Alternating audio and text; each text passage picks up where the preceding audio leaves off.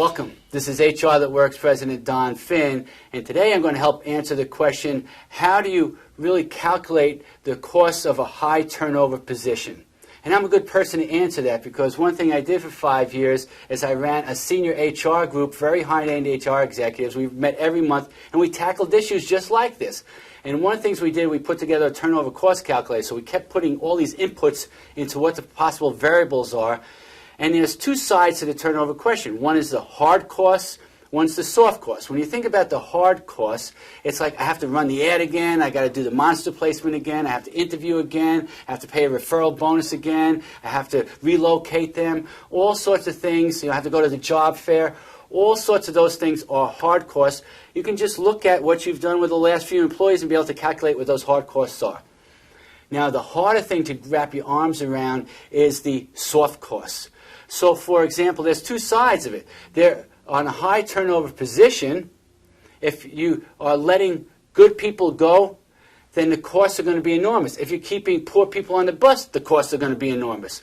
So Zappos, we're all familiar with Zappos, their CEO decided that after a 5-week training program, they're going to offer their employees $3,000 to quit. Imagine that, $3,000 to quit. He knows that if a person's working for me with only 1 foot in, I'm going to lose more than that $3,000 over a year. So I might as well right now let them know, are you going to stay here or do you want to leave? And I'll bribe them with $3,000. I think that's smart thinking.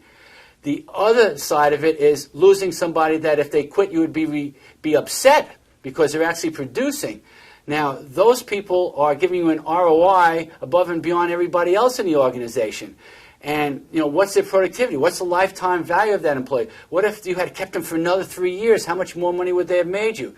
So one thing we want to think of about turnover costs is the time costs of losing an employee like that.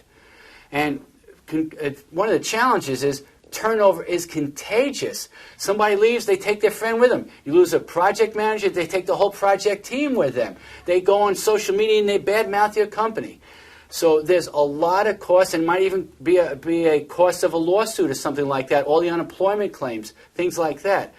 So when we do this analysis, the turnover cost at a $50,000 employee is roughly $50,000. So you can think 1-to-1 at $50,000. If somebody costs more than $50,000, it's greater than 1-to-1. Same thing if they cost less than $50,000, less than 1-to-1. And you can pretty much figure it on the hard cost and the soft cost being roughly the same unless some crazy thing happens like they take the whole team or they sue you. So I hope that answered the question, and you really want to think as like a marketer, what do I have to spend to keep these people? What's the ROI on the lifetime value of that employee?